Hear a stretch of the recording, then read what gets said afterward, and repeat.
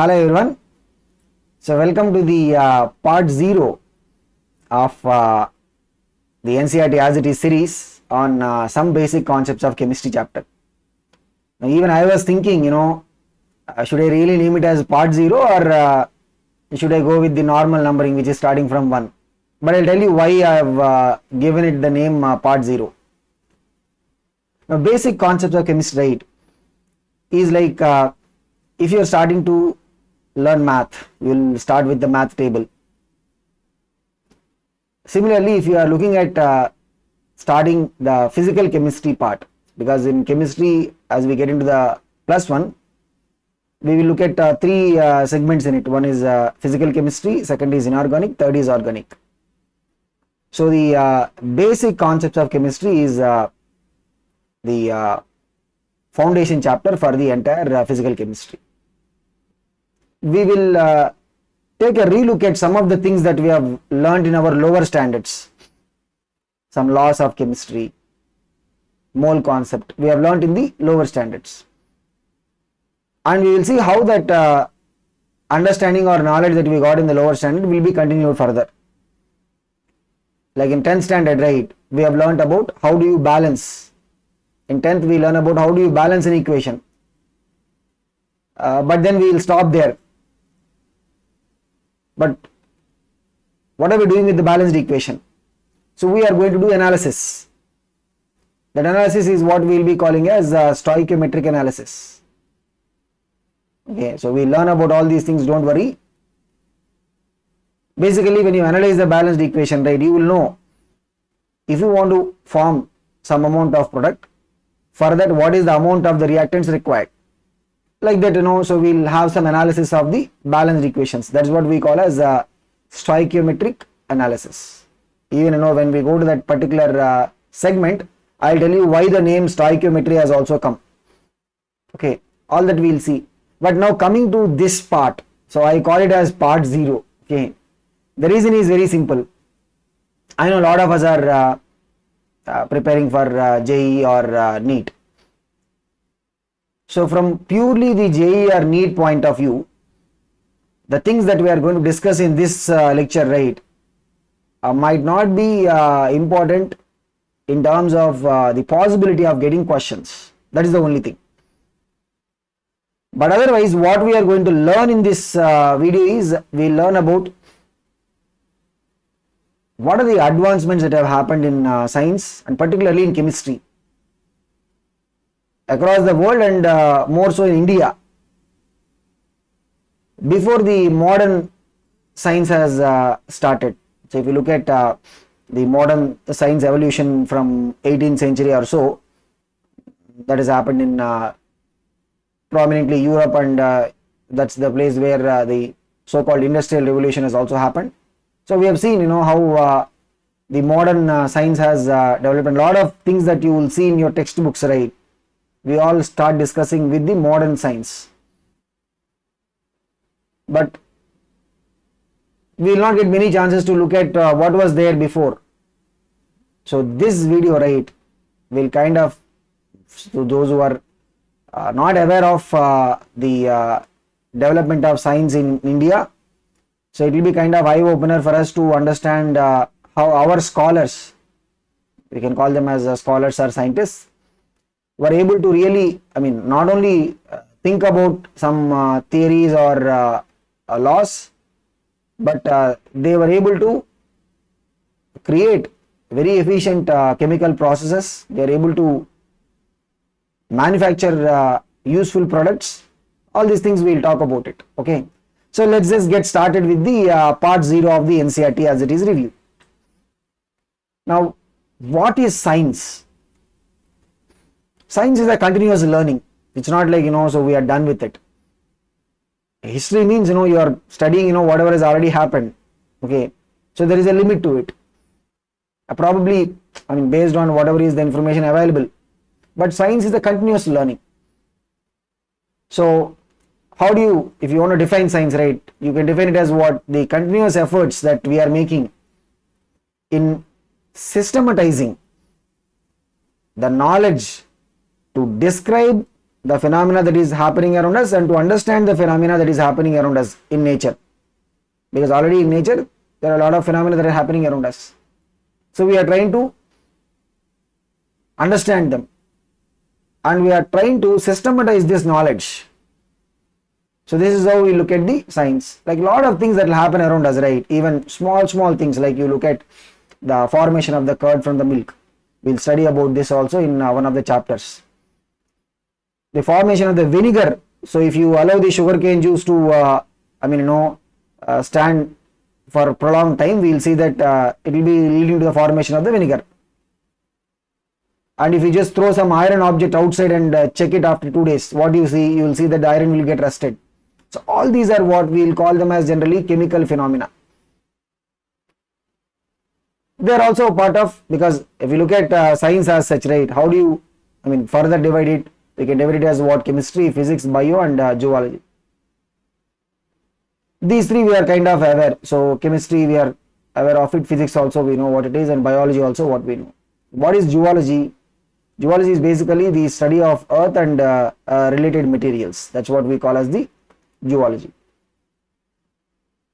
In higher studies, if you are choosing zoology as a specialization, you might get a chance to study that. But how do we define chemistry? Because that's what we are here for, right? So while we talk about science in general, we are looking at chemistry and more so the physical chemistry part. The study of chemical substances.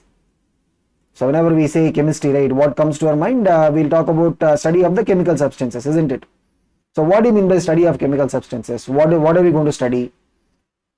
We'll study about how do we prepare them. We'll study about what are the properties,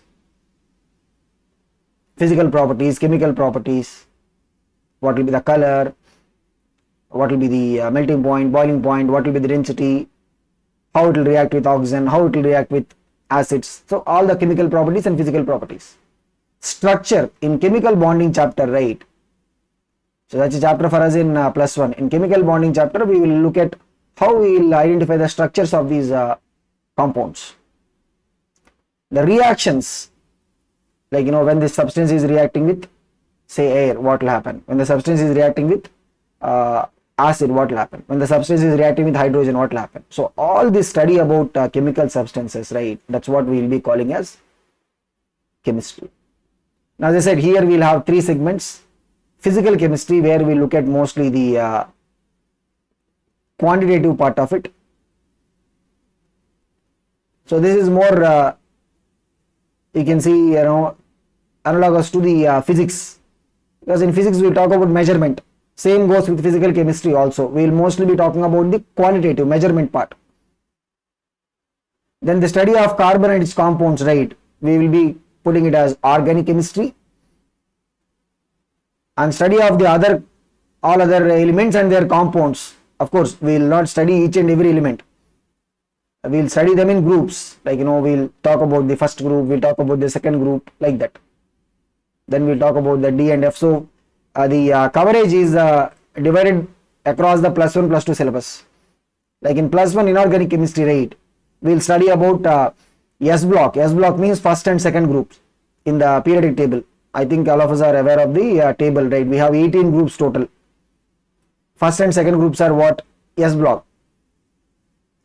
Then in +1, we also study about 13th and 14th groups. 13th group means what? The boron family: boron, aluminium, gallium, indium and thallium. That is the 13th group. 14th group is what? Carbon family: carbon, silicon, germanium, tin and lead. So we will study about the 13th and 14th groups also in +1. 15th onwards, 15th is nitrogen family, 16th is oxygen family, 17th is what? Halogens: fluorine, chlorine, bromine, iodine. 18th is the inert gases: helium, neon, argon, krypton, xenon, radon. So we will study about 15th to 18th in +2. Same way in +2 inorganic, right, we will also study about the D and F block. Okay, so the study is kind of spread between +1 and +2. Even organic also same way. We will study about some parts of the organic chemistry in plus one and some parts in plus two. Same goes with the physical chemistry also. Okay, so now let's just get into how chemistry or the understanding of chemistry has evolved. It's not like people were looking at the study of chemistry as such. So people in fact didn't study chemistry for the sake of understanding about each and every chemical substance initially. Initially the quest for two crazy ideas. Okay, I'll tell you why I call them as crazy ideas. I mean, probably you will also be able to make up your mind for yourself whether they are crazy ideas or not. Because often, right, science will get the further progress only when somebody is able to really think different, isn't it? So if, like, you probably would have heard about this, famous example of Newton, or the so-called theory, so the apple theory, right? So if he was not questioning as to why the apple is falling down, then the understanding of the gravity would not have evolved. So often because of these quests or these a different thought process, right, science has evolved. So the first idea is the idea of philosopher's stone, because even at that point of time, though people didn't have much knowledge about what is the chemical composition of the substances and all that, they were using metals. Metals were used for making ornaments and all these things, equipment.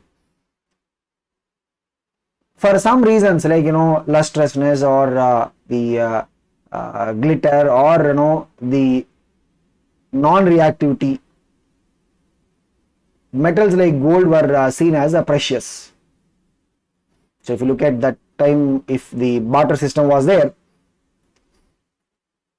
people had to trade large quantities of iron or copper for getting a small amount of gold, because gold is precious. So the philosopher's stone is that magical stone which when you touch it with iron or copper, right, that will get converted into gold. And as a more broader study, right, that is later seen as alchemy. So alchemy is basically the broader study of trying to understand how the chemical substances can be converted from one to another. The philosopher's stone idea is very specific, it's a magical stone concept, but alchemy is more broader. And if you are interested, on YouTube you can find one documentary on Newton, which is the dark secrets of Newton's life. So in that they talk about, it's a BBC documentary, I think they talk about, because if you understand the Newton's theories or whatever his contribution, right, you will see that a lot of things that he has done in the early part of his life. Then obvious question is what he was doing in the later part. So that documentary says that he was spending a lot of his time on the alchemy principles. So you'll see that a lot of scientists, right, their study is not limited to just one part of science. That's why it's all interrelated. Today we might see it as the chemistry, physics and bio, but at some point of time, a lot of things were actually interrelated. That is the reason why you will see some scientists, right, their discoveries would span across chemistry, physics and bio. Maybe you can just check some names also in your free time. So yeah, coming back to that, right, the philosopher's stone crazy idea has evolved into a more broader study. That's what we call as alchemy. In fact, alchemy along with hydrochemistry, this is the precursor to the modern chemistry. So we'll see how the hydrochemistry has evolved. So the other crazy idea that I talked about is the elixir for life, that can make us immortal. That magical drink which can make us immortal. I'm sure if you look at some of the old movies and all, you will see the the talk about elixir and all that. So these two ideas, as I said, right, has evolved into more broader study. Alchemy related to the study of converting substances from one to another. Hydrochemistry is about the applications of the chemical principles in medicine. Instead of just looking at that substance which can make us immortal, that has further developed into what? The study of using chemical substances into the medicinal applications. Even in India, right? So we are aware. So we had knowledge about scientific phenomena, and we were, as I said, right, we were able to have specific chemical principles of manufacturing and all that. We were able to produce a variety of chemical substances. We will see all those things. But yeah, coming from that crazy ideas of Philosopher's Stone and elixir, there is a more broader study of alchemy principles and hydrochemistry, which has happened during 1300 to 1600. Now this notation CE, right? CE is basically called as common era. What is this CE? CE is called as what? Common era. So normally in our textbooks we will be referring to it as what? AD. Then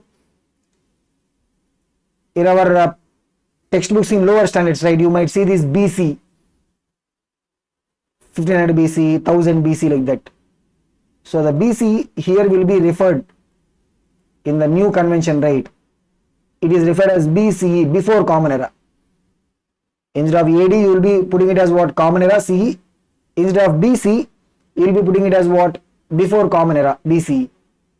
So around 1300 to 1600 common era, right? That is the time where these alchemy principles and hydrochemistry principles have really flourished in terms of the progress. And slowly the modern chemistry started taking shape, starting from the 18th century. And one thing that we need to understand is, yes, one of the major challenges that was there at that point of time is the flow of information. So flow of information from one place to other place, and flow of information from one generation to another generation. So we will see that one of the major reasons why, despite, so we will say that in some 500 BCE, an Indian scholar was able to discover a chemical, but why further development on that has not happened? Because the information has not flown properly from one generation to another generation. So that we will see as a major challenge in the progress of science in India. But yeah, the flow of information, right, is one of the major challenges. But there was, to some extent, like we see that Arabs, so Arabs are credited for the discovery of some very important chemical substances. So they were able to introduce some of their alchemical principles into Europe before Europe has started seeing this outburst of the scientific development. Okay, so there was, to some extent, but there were apprehensions in terms of sharing information, and also there were challenges in documenting the information, because whatever is being discovered, often when it is not documented properly, the information might be lost. So today if you look at it, right, in the modern context, if a scientist has made a discovery, it will be thoroughly documented, so that even after his life, people will be able to refer to it and then continue from there. Okay, so now we will come to the Indian and particularly Indian context. See, while there is an outburst of scientific development that has happened in the 18th century in Europe, even much before that, the other two prominent civilizations in Asia, which is the Chinese and the Indian, we have Indus Valley civilization. So basically, wherever we had civilizations, there you will see that there is a general growth in terms of the understanding of science and scientific principles. So India and China, right, they had their own alchemical traditions. So you keep using this word alchemical traditions, referring to the broad study of the chemical principles, because most of them were at that point of time aimed at converting substance from one to another. Okay, that's why we are keep on referring to them as what? Alchemical traditions. Okay, But the thing is, after India got colonized by the European countries, particularly the British, we have seen that their ideas, the modern scientific ideas, were sort of introduced in India, and that has led to the gradual decline of the knowledge and understanding and application of the ancient Indian principles and traditions, whether it is chemistry or even medicine also. So we'll talk about that as we go. But yeah, in the Asian Indian context, right, we'll refer to the study of chemical principles as either Rasayan Shastra, Ras Tantra, or Rasakriya, or Rasavidya. So all these are basically used to refer to the study of chemistry and chemical principles. Not just chemistry, it is including what? Metallurgy, medicine, cosmetics, glass, I mean a whole host of things. So how do we basically know that our ancestors were probably using glass, or our ancestors were probably using certain kind of ceramics? It will come through the archaeological excavations. Like if you look at the excavations at Mohenjo-daro, this is currently in Punjab, so the Sindh of Pakistan, and Harappa is a place in Punjab. So these are the regions around which the Indus Valley civilization has happened. I'm sure you have had your history in lower standard, so you will know about it. So the findings from these excavations, right, they sort of prove that people at that point of time were using these ideas or principles, and people at that point of time had understanding of these chemistry aspects. Like if you see the finding of the baked bricks, so it's not like they were using mud for the construction, they were using baked bricks. Even there were proofs for the mass production of pottery, because mass production of pottery involves a lot of chemical principles. It involves mixing of the raw materials, molding and subjecting them to heat to give it the desired shape and qualities. So the mass pottery production, right, is in a way, if you look at it, it's like a small chemical industry. Even at Mohenjo-daro, right, they have found the remains of the glazed pottery. So that, giving some specific qualities is also being introduced at that point of time. Even there is a proof that they are using gypsum. So we'll talk about what is gypsum and all that in S block. So in Harappans, right, they were using a special type of glasses for making of the ornaments. Even they were using metals. They were melting, forging metals to form variety of objects. They're dealing with metals like lead, silver, gold, copper, and even they were used to the idea of alloys. So we'll call metal mixtures as what? Alloys. So for improving the hardness of copper, they were mixing this with tin or arsenic, and this hardened copper mixed with tin and arsenic, right, is used for making various articrafts. Glass, which is considered as a very important chemical substance, right, is found in Maski. So Maski is a place in Karnataka, Raichur district. So they found the glass. Even in Taxila also they were able to find the use of glass. Not just glass, look at the time zones, right. So the approximate time zone is 1000 to 900 BCE, before Common Era. Think of it. So even they were aware of the principles to use coloring agents, like metal oxides are used for coloring or bringing the particular type of an glaze. Even we were aware of the copper metallurgy. So what we'll call as the chalcolithic culture. So anything related to the copper and the use of copper. So they were able to find proof that the ancient Indians were aware of the principles for the extraction of copper technologically, and also the iron, and molding them and forging them into different shapes for specific applications. So now talking about the scriptures, right? So we'll talk about the Vedas. So even our Vedas have mentioned a lot about the science and scientific principles, particularly the chemistry part.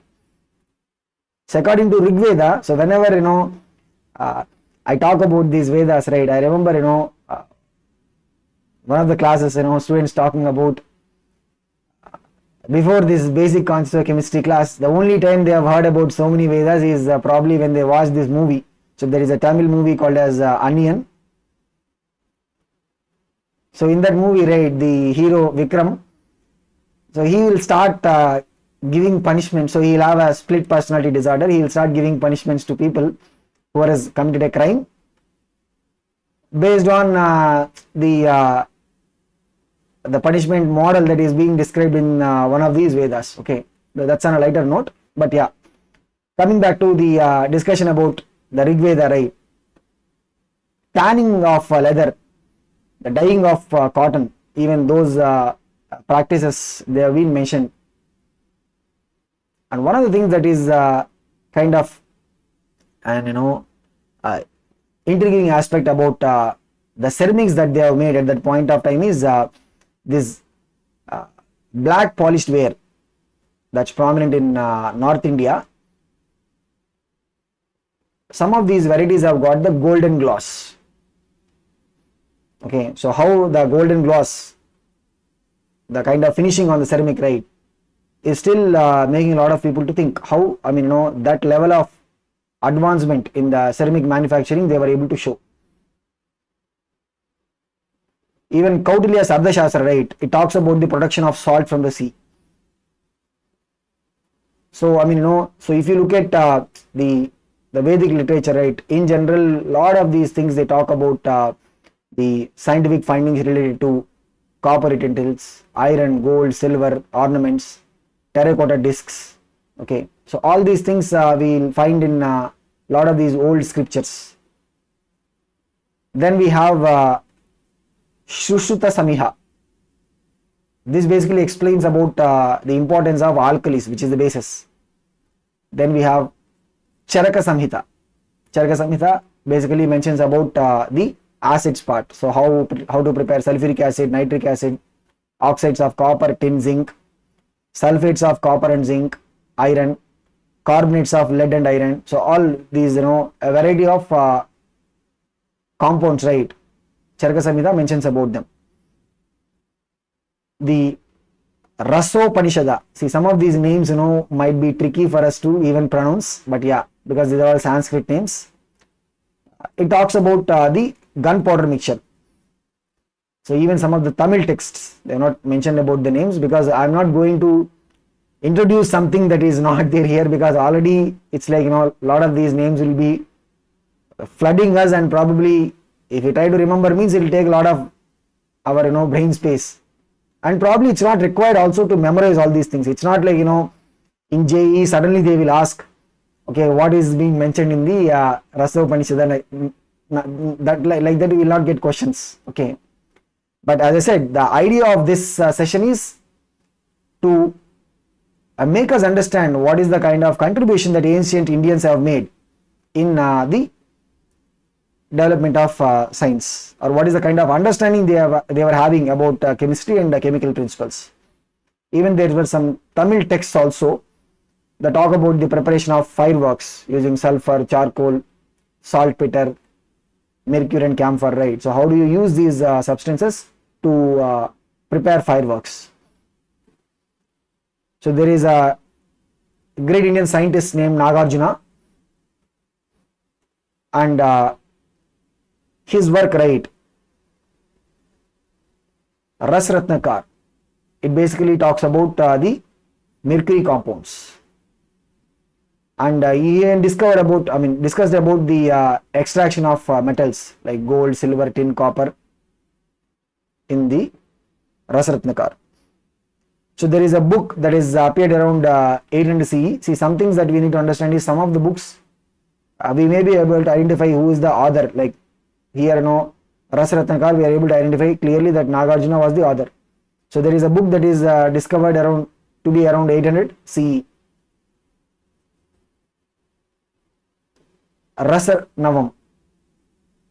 This book, right, it talks about the different types of furnaces, and how you can use these different types of furnaces to make different forms of crucibles, and how the as I said before, right, the ceramics. So when you talk about the heating and cooling, the temperature variations inside the furnaces and ovens, right, they will be important in terms of bringing in some properties for the ceramics, including the glaze, color, etc. So it talks about all these aspects. Chakrapani, right, he discovered mercury sulfide, and he's also he's also credited for the soap invention. So using mustard oil and alkalis, right, he was able to make soap. Even like in the 18th century, right, Indians were using soap, like using the oil of aranda, seeds of mahua plant, calcium carbonate. Using these, they were able to make soaps and use them. So if you look at some of the things that are today, existing in their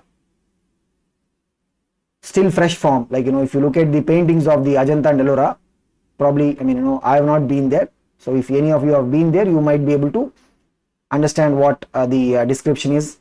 So they kind of look fresh even after so much time. So obviously there is the effect of the environment and all these things that should in a way damage the surfaces of these monuments, or these things. But if they are still looking fresh even today, it basically talks about the kind of substance that they have used in making these paintings, the longevity part of it. There is an encyclopedia for us, okay, so at that point of time it's called as Varamihir Brihat Samhita. Okay, so this was composed at around 6th century Common Era, and this talks about the preparation of this glutinous material. Like if you go into the old temples, right, you will see that how just by using rock they are able to make some constructions, and even today they are as it is. But some of our bridges and constructions, right, which were done like some 20-30 years before, they might start falling off, and it's a different thing. You might see that some of the ongoing construction works also are falling down. That's a different thing, but yeah. So they were using extracts from the plants, fruits, seeds, concentrating them, basically taking it through a specific preparation process, concentrating by boiling them and then treating that with various resins, so to give it these specific properties. So the glutinous material that is used for the application on walls or roofs and houses, right, especially in old temples and all. So they go through a specific procedure that brings these qualities for the material. Even if you really try and understand what is the exact chemical composition of these substances, it might reveal a lot of interesting things. Now the other classical text that we're talking about is Atharvana Veda. So we talked about the Rig Veda, now we come to Atharvana Veda. So in that there is a mention about the dye stuff, colorings material. Even the Thailam that we talk about, right, that's a dye basically. Okay, so the making of these dye stuffs using turmeric, madder, sunflower, okay, lac, so all these are used for the making of the dye stuff. So even there were mentions about the tinting property. So the tinting, right, so the use of substance like patanga or jatuka, right, using them they were able to make the materials which can give the tinting property. So even this encyclopedia that we mentioned, right, what is it, Varamihir Brihat Samhita, it talks about perfumes and cosmetics. So recipes for the hair dyeing. So whatever we think of today as an advancement in terms of chemistry and chemical principles, right, you can see all these things were there at the point of time, whether it is hair dye or perfume, cosmetics. So hair dye is using the extracts from the plants like indigo and minerals like iron powder, right, they were able to talk about manufacturing of these hair dyes. And Gandha Nukli, it talks about the recipes for making of scent and mouth perfume. Okay, so today we look at these mouth fresheners or mouth perfumes, right? So at that point of time, they were able to talk about them. Not talking about them in the sense, they were able to have the chemical principles already identified to make them, including, bath powders, talcum powder, all these things. Even paper was used in India, like, some of these Chinese travelers, because when you have a traveler from one place to another place, they are the ones who will really document. And that is also kind of an independent assessment in a sense, because independent view, like a Chinese traveler, Ising, right? He has talked about the use of paper in his writings. So which means that, at 17th century, India was using paper. Even the excavations in Taxila, right, they prove that we were using ink. Okay, so the colors of the ink they made from the chalk, red, lead. So the varieties of inks are also being used. And another thing about the liquor beverages. So it's not like, we started importing liquor from the European countries or anything. Our Vedas, right, and even Kautilya's Ardhashastra, they talk about liquor. In fact, Charaka Samhita, it mentions about the ingredients for making. So how we can use the barks from plant, stem, flower, leaves, wood, cereals, fruits. That's what, right? Today, how do you make liquor? By fermentation. Okay. So how do you make liquor, or, the word liquor is not used. They were referred to as what? Asavas. So the principles for the manufacturing or the preparation of liquor were also being mentioned. Now this is all to understand about how our ancient, we can call them as scholars or scientists, how they had the knowledge about the chemistry and chemical principles. But not just looking at chemistry and chemical principles, even they were able to think at a minute level. So what we see as a foundation to chemistry, the Dalton's atomic theory, which is proposed in the Dalton's time zone is 1766 to 1844. Like at least 2000 and 2500 years before, our scholars have talked about the minute particle or the smallest indestructible particle called as what? Paramanu. So Acharya Kanda, he is known by the name Kashyap. So around 600 BC, that's the time zone. He talked about this atomic theory. You can see, well before the Dalton's atomic theory. So he talked about the idea of Paramanu. Paramanu basically is the comparison to atoms. So in his text, right, Vaisheshika Sutras, he talked about how all the substances are basically aggregates of smaller units. These units he referred as what? Paramanu. These are eternal, means they will stay forever, indestructible, spherical, and suprasensible, means we can't feel them through our senses, and they will be in motion in the original state. So they even talk, they were able to talk about how these particles, today we will say that the particles of a liquid will be in motion, particles of a solid also will be in oscillatory motion, like that. So all these things we will study later, okay. But Kanda, right, he was able to propose about all these things in a time zone which is around 600 BC, okay. And later, right, he has even talked about how atoms of different elements, the word atom he did not use, but he referred to it as what? Paramanu. How atoms of different elements, they have different properties. He talked about how there are varieties of atoms,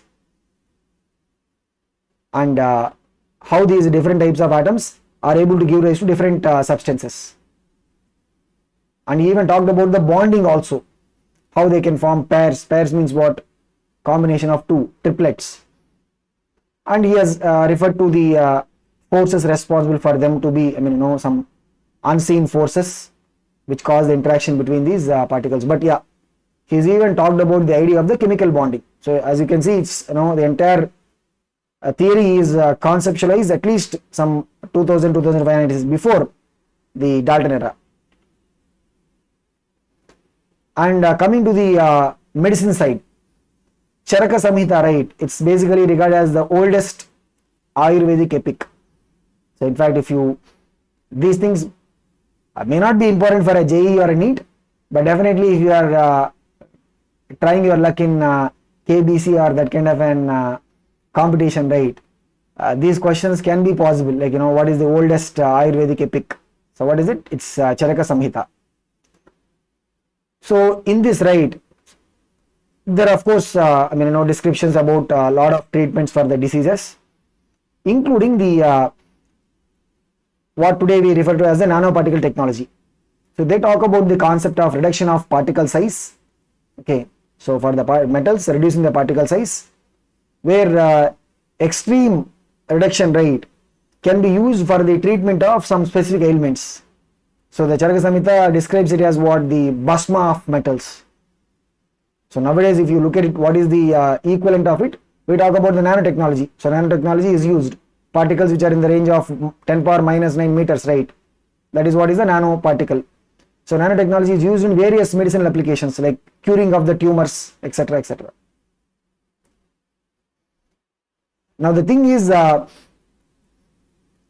a period of time, the ideas of alchemy have alchemy idea as such is what trying to see how we can convert one chemical substance into another. They have seen a decline. Even the medicinal and chemistry correlation, hydrochemistry has also reached a steady state. I'm talking about the Indian context. But once we had the influence of the Western, whether it is in the medicine or in the science, we had first what is this stagnation period. So we were coming with a certain amount of knowledge in terms of our chemical ideas or chemical principles, and then medicinal principles. But suddenly when the new techniques and new procedures were introduced, we had a stagnation. And the stagnation is basically where our people, our scientific community was getting adjusted to understand the new practices and to adapt. So I think there was around 100 to 150 years of this stagnation period. And during this period, right, is where all these European countries, they have started kind of dumping their industrial products into our country. And as a result of it, the industrial products as well as the allopathy, today the Western medicine, so-called, what do you call it as allopathy, right? So that has kind of just took over. Now the modern science as such appeared in the Indian scene in the later part of the 19th century. So when the European scientists have started coming to India, so those principles and those techniques have started getting into our system. And how it has happened and how we have got used to it. The influence of English on us, so even so we are not having our class in say Hindi or a Tamil, we are having the class in English. Okay, so it talks about what is the kind of influence that the colonization or colonialism has had on the India as such. Okay, now if we look at the study of chemistry, as we have discussed for so much time, we will see that it's all about chemical substances. So we talk about what is the composition of the chemical substance, what is the structure, what are the properties, and what are the reactions, how one substance will react with the other.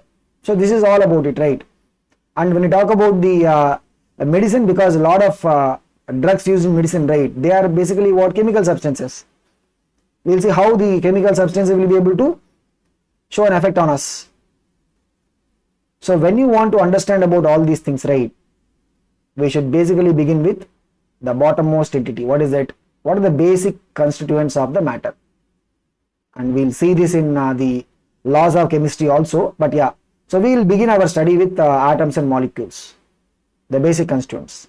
And we will see that because we are talking about the quantitative study here, we are not going to be focusing on the qualitative, means the reactions part of it and the preparation part of it. That we will not focus. We will focus on the quantitative or the measurement. We will see that just like the way we will count, say a number of days or number of fruits, the normal counting, we might not be able to count directly the number of atoms or number of molecules, but we have indirect methods. So if you have a mass of a substance given, right, we'll see how we can find what is the number of particles in this, means the number of atoms or number of molecules. So all these things we'll see in our basic concepts of chemistry. By the way, this you might have already got some understanding from the 9th standard. So what do we call this as? We'll be calling it as mole concept. Okay, so we'll see that the number of atoms or number of molecules in a given matter, how they will have a relation to the mass. Okay, all this we'll see. And yeah, as I said, right, in basic concept of chemistry, this is like the foundation chapter for the entire physical chemistry. Let's talk about what is the importance of chemistry. So with this we will be winding up our session 0. Okay, so yeah, I mean, we understand what is the importance of chemistry, whether it is in functioning of our brain, because you will study, if you are a bio student, means you will study, there will be a chapter in 11th called as chemical coordination and integration. So you will have a chapter in bio called as what? Chemical coordination and integration. So it talks about how the chemical substances in our body will be responsible for the coordination between different organs. Okay, so you learn a lot of things over there. But yeah, whether we talk about the use of computer, so use of computer means we will always think about the software, but what about the hardware? So if we have to have a screen that can display, we will say a LED screen. It's a chemical substance, right? The hard disk that is used to store the information, it's a chemical substance. We cannot make a hard disk with iron. We'll make the hard disk by using a semiconducting material like silicon. So there are chemical principles involved in each and every part of the thing that we see around us. Of course, in the production of chemical industries, fertilizers, alkalis, acids, base, all these are, we know they are chemical industry, but other than that also a lot of other things that we see around us are related to chemistry. In fact, somebody has asked me recently, like, why there are chemical engineers who are working in the space agencies like NASA. Yes, I mean, space agency means you have mechanical engineers who will talk about the design, propulsion, all these things, but you require chemical engineers. Why? If you are sending an astronaut into space, starting from the kind of space suits that are required for them to withstand the temperature, because you will see in space when they get out, there will be possibility for significant variations of temperature. If, say for example, the temperature is going up to some 500 degrees Celsius, the suit is just melting off, then what will happen? That will be the end of the astronaut, right? So you need to have and including the propulsion itself. When you are firing a rocket, liquid hydrogen is used as a propellant. So what are the kind of condition under which you will maintain it? All these are what related to chemistry. Okay, so chemistry is not just about what we think as a chemical industry, like manufacturing of acid or a base or a polymer. It's there in each and every part of our life, and that's the reason why it will contribute in a big way to the economy also. So whether it is about the food, so we will say India at one point of time, we are not self-sufficient in terms of food. Even wheat we used to import from US, large ships, right? The wheat used to be coming from US, and that's how we were able to survive in that sense. But today we are self-sufficient. Of course, because of the introduction of the hybrid varieties, high growth varieties of both rice and wheat, supported by the use of fertilizers, pesticides, insecticides. So all these are what related to the chemical industry. Even healthcare products, not just medicine but the other healthcare products, they are also related to what? Chemical industry. Talking particularly about the drugs or the medicines, right? They are a chemical substance in one or the other form. Like we'll have a chapter called as environment, not environmental chemistry. Environmental chemistry comes in our 11th standard, but we have a chapter called as chemistry in everyday life.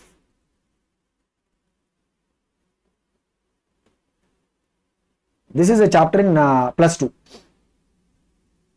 So that chapter we will talk about how the chemistry and chemical principles as such, right, will be used in our day-to-day life. So there we'll talk about drugs and other lot of other things, insecticides, pesticides, all the other things that we will use in our daily life, which are related to the chemistry and chemical principles. So you see some very popular, I mean, you can name almost all the drugs because they are at the end of the day a chemical substance. The more popular ones like cisplatin and Taxol, they are used for the cancer therapy. And even AZT, azithromycin, right? So these two, so this is cisplatin and this is Taxol. You can see the chemical, so we don't need to really bother about memorizing these structures or anything. This is AZT. So yeah, all these are what? They are chemical substance in one or the other form. And not just these, like we talk about paracetamol, anything that you see as a drug, right, or a medicinal substance, that will be having a chemical formula. So in chemistry and everyday life, we will talk about what are these various chemical substances that are useful for us in our day-to-day life. And when you look at the advancements in chemistry that have happened, right, today we have materials which have some very, very specific properties. Like we have materials which will have specific magnetic properties, specific electric properties, and specific optic properties. Like we talk about optic fiber.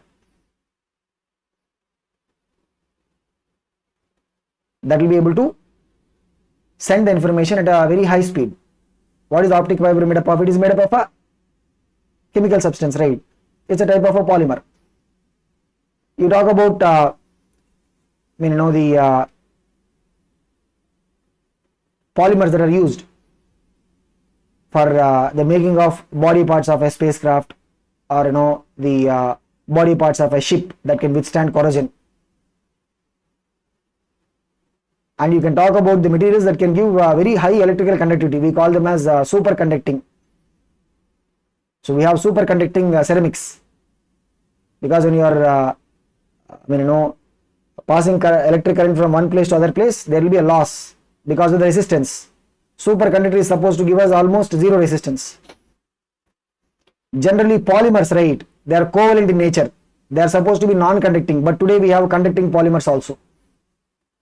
So a lot of developments have happened in terms of our understanding, and then improvising for getting these new materials that will serve us in specific applications.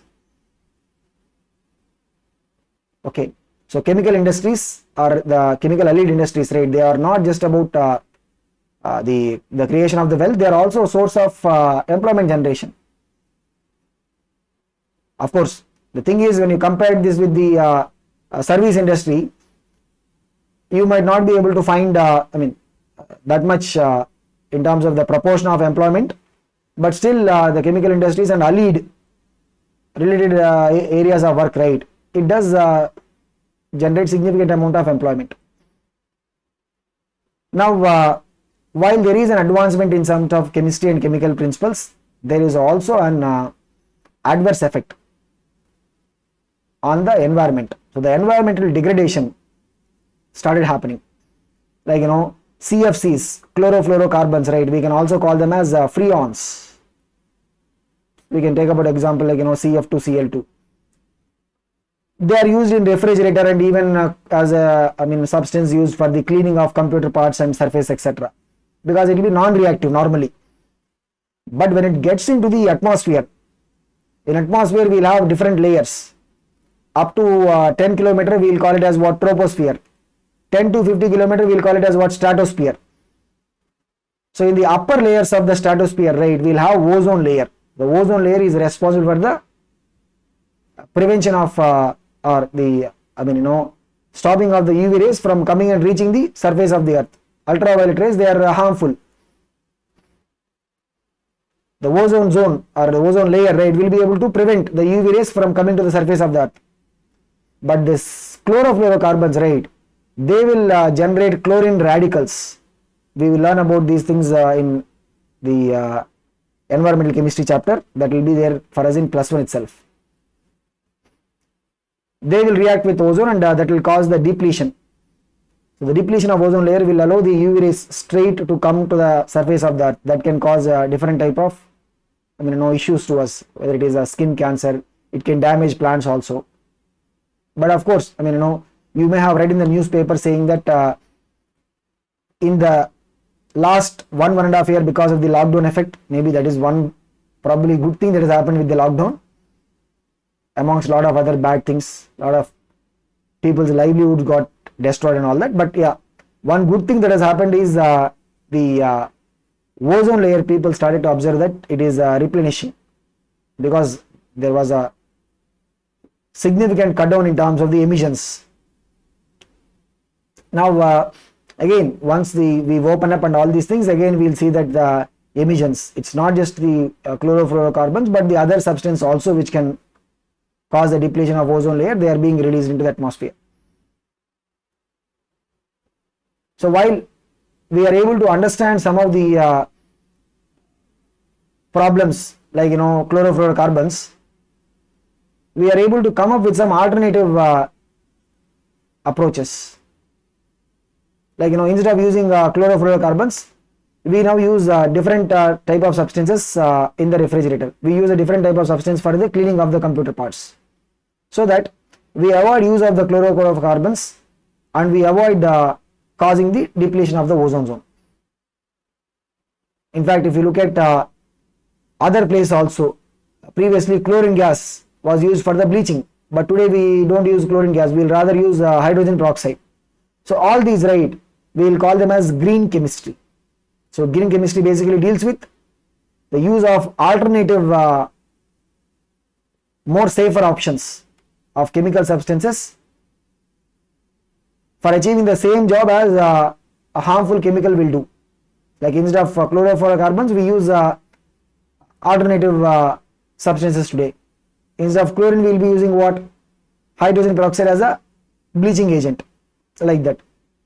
Now while some of the things are getting addressed by the green chemistry principles, still we have some larger issues that are looming at us, and one such issue is the global warming because of the greenhouse gases. So gases like carbon dioxide, methane. Carbon dioxide is released because of the combustion of the fossil fuels, right? They will be able to hold the heat in the atmosphere, and that will cause the overall rise in the temperature levels, and that is what we will be referring as the greenhouse effect. And as a result of this, right, it will lead to global warming.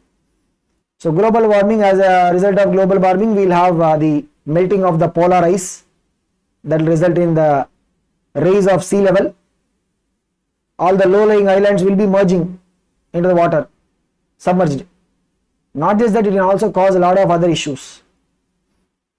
So we have still the effects of the human activity, like the global warming, that has to be tackled.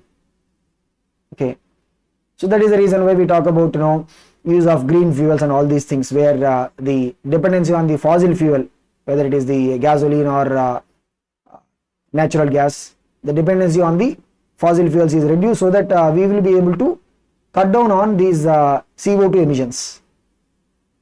Okay, so today as we stand, the study of chemistry provides both some challenges as well as opportunities for people. So challenges in sense to find out solutions to what are the existing problems, and opportunities in terms of finding about new substances, more safer substances, which can actually help us in building more sustainable growth. Because if we destroy all the ecosystem in our surrounding and are getting the benefits of it, then the future generations will not be able to have anything. So the development has to be sustainable. Okay, so now if you look at India as such, right, we need, because of our huge population and obviously when the population is huge, the per capita availability of the resource will be less. So if we compare ourselves with a country like a US or Canada, the per capita resources there will be huge. Resource in terms of land or water or the natural whatever the available forms of resources, right, everything will be less in India because the population is huge. So we have a lot of need for chemists who will take up these challenges and explore these new opportunities. But like you say, to be a good chemist, right, you need to have a strong understanding of the basic principles, and that's what we will be starting. So the idea of basic concepts of chemistry is to give you that strong foundation in the chemistry principles. Of course, here we are going to talk about the quantitative part of it, the measurement or the estimation part. In organic and inorganic, we will study about the qualitative aspect. Okay, so the basic concepts of chemistry, we are going to talk about what are all the fundamental things that we need to learn in terms of the measurements related to the chemistry, or we can say what physical chemistry. So what is it and all that we will see as we go one by one. So we have totally 5-part videos starting from 0. So we have 0, 1, 2, 3, 4. So in each of these part videos we will discuss about some section of the NCERT textbook. Okay, so hope this is useful for you, and we will see in the part 1. Keep watching.